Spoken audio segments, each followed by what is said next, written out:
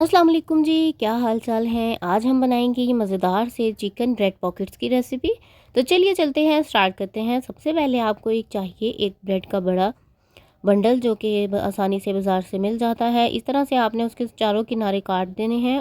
यहाँ पर आप कोई ढक्कन भी ले सकते हैं, और अगर आपके पास कुकी कटर है तो आप उसका भी इस्तेमाल कर सकते हैं, उससे ज़्यादा एग्जैक्ट कटेंगे। तो मेरे पास आसानी से ये जो अवेलेबल घर में होता है, इसलिए मैंने आपको दिखाया कि इस तरह से आप किसी भी ढक्कन की मदद से या ग्लास की मदद से इवन उससे भी काट सकते हैं। तो ये देखिए जी, अब मैंने दो दो पीस को हम रखेंगे, और सिंगल को आपने नहीं रखना, दो पीस को रखकर हम इस तरह से इसको बेल लेंगे तो ये बिल्कुल फ्लैट हो जाएंगे। सारी ब्रेड को मैंने इसी तरह से कर लिया है। अब ये देखिए जी, ये कुछ 6 पीसेस के बने हैं।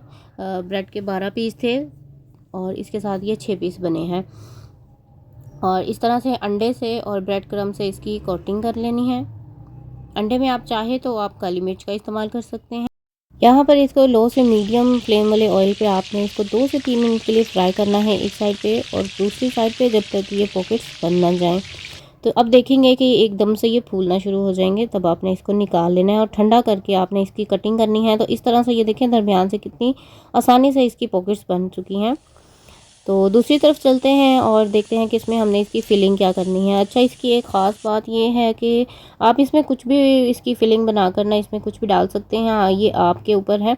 तो थोड़ी सी हम इसमें मायोनीज़ यूज़ करेंगे ताकि ये आसानी से खाने के काबिल हो जाए। आप इसमें वेजिटेबल्स का भी इस्तेमाल कर सकते हैं अगर आपको चिकन पसंद नहीं है। तो यहाँ पर मैंने वेजिटेबल अवॉइड की हैं। यहाँ पर मैंने सिर्फ तिक्का मसाला लगाकर चिकन को मैरिनेट करके थोड़ी देर के लिए रखा था दही के साथ, और उसके बाद मैंने इसको 1 चम्मच ऑयल में डालकर फ्राई कर लिया है। इसका सारा जो दही था वो खुश्क हो चुका था। अब इसमें मैंने मायोनीज़ डाल दी है। पॉकेट्स हम ले लेंगे और उसमें डालेंगे थोड़ी सी ये चम्मच को उल्टा करके ना इस तरह से थोड़ी थोड़ी इसमें हम लगाएंगे केचप, और उसके बाद फिलिंग कर देंगे जो हमने बना कर रखी हैं वेजिटेबल या फिर चिकन, जो भी आप पसंद करते हैं। तो इस तरह से इसको फिल कर देना है। इसके बाद मैं इसमें इस्तेमाल कर रही हूँ, ये है मेरे पास चेडर चीज़, और इसके छोटे छोटे पीसीस करके मैंने इसमें डाले हैं। अभी ये तैयार नहीं हुआ, आगे चलकर हम इसको थोड़ा सा माइक्रोवेव करेंगे तो फिर ये जो चीज़ है वो मेल्ट हो जाएगी।